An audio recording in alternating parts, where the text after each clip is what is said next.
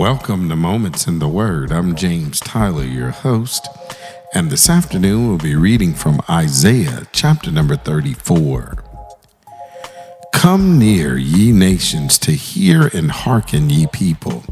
Let the earth hear and all that is therein, the world and all things that come forth of it. For the indignation of the Lord is upon all nations, and his fury upon all their armies. He have utterly destroyed them. He have delivered them to the slaughter.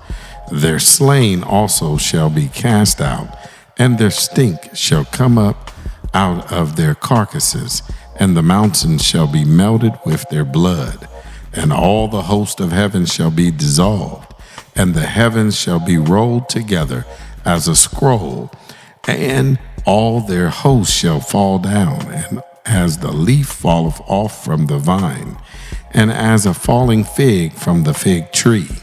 For my sword shall be bathed in heaven. Behold, it shall come down upon Edom, and upon the people of my curse to judgment. The sword of the Lord is filled with blood. It is made fat with fatness, and with the blood of lambs and goats, with the fat of the kidneys of the rams. For the Lord hath sacrificed in Bozrah, and a great slaughter in the land of Edom. And the unicorns shall come down with them, and the bullocks with the bulls, and their land shall be soaked with blood, and their dust made fat with fatness. For it is the day of the Lord's vengeance, and the year of recompenses for the controversy of Zion. And the streams thereof shall be turned into pitch, and the dust thereof into brimstone, and the land thereof shall become burning pitch. It shall not be quenched night nor day. The smoke thereof shall go up forever. From generation to generation it shall lie waste. None shall pass through it forever and ever. But the cormorant and the bittern shall possess it.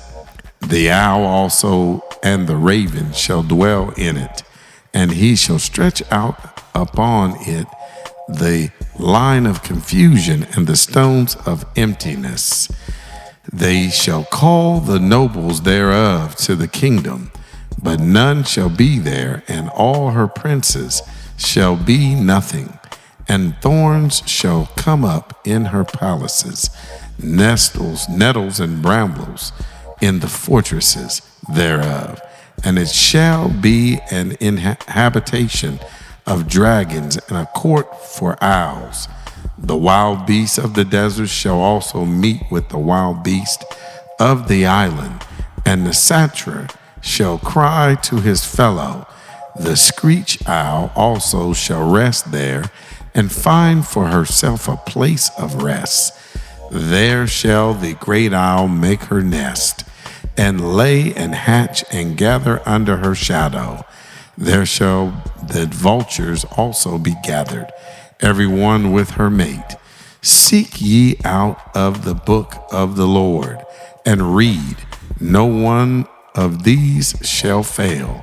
None shall want her mate, for my mouth it have commanded, and his spirit it gathereth them.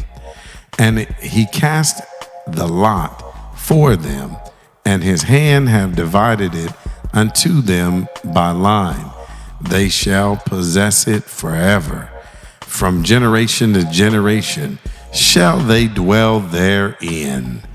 As we look at the text here, we see that yes, it is a sobering chapter filled with vivid imagery of God's judgment upon the nations and a call to take his sovereignty and righteousness seriously. While its specific historical text addresses the judgment of Edom and other rebellious nations, we can draw lessons for our lives today in this. The chapter reminds us that God holds ultimate authority over the world. In our daily lives, we can submit to his guidance and trusting that his plans are just and righteous. Also, the warnings of judgment highlights God's commitment to justice. This can inspire us to live justly, show compassion to others, and advocate for fairness in our communities. It also urges people to take God's word seriously. It encourages us to reflect on our own lives, seeking to turn away from actions that distance us from God. While the chapter focuses on judgment, it's part of the larger biblical narrative, which includes redemption and restoration. This reminds us of God's mercy and his desire to bring reconciliation when we seek him. And as always, by applying these principles to our lives, involves living with reverence for God, striving for justice, and finding hope in his overarching plan for humanity. I'm James Tyler, coming to you live from the Castle Studios, and welcome again to Moments in the Word. God bless.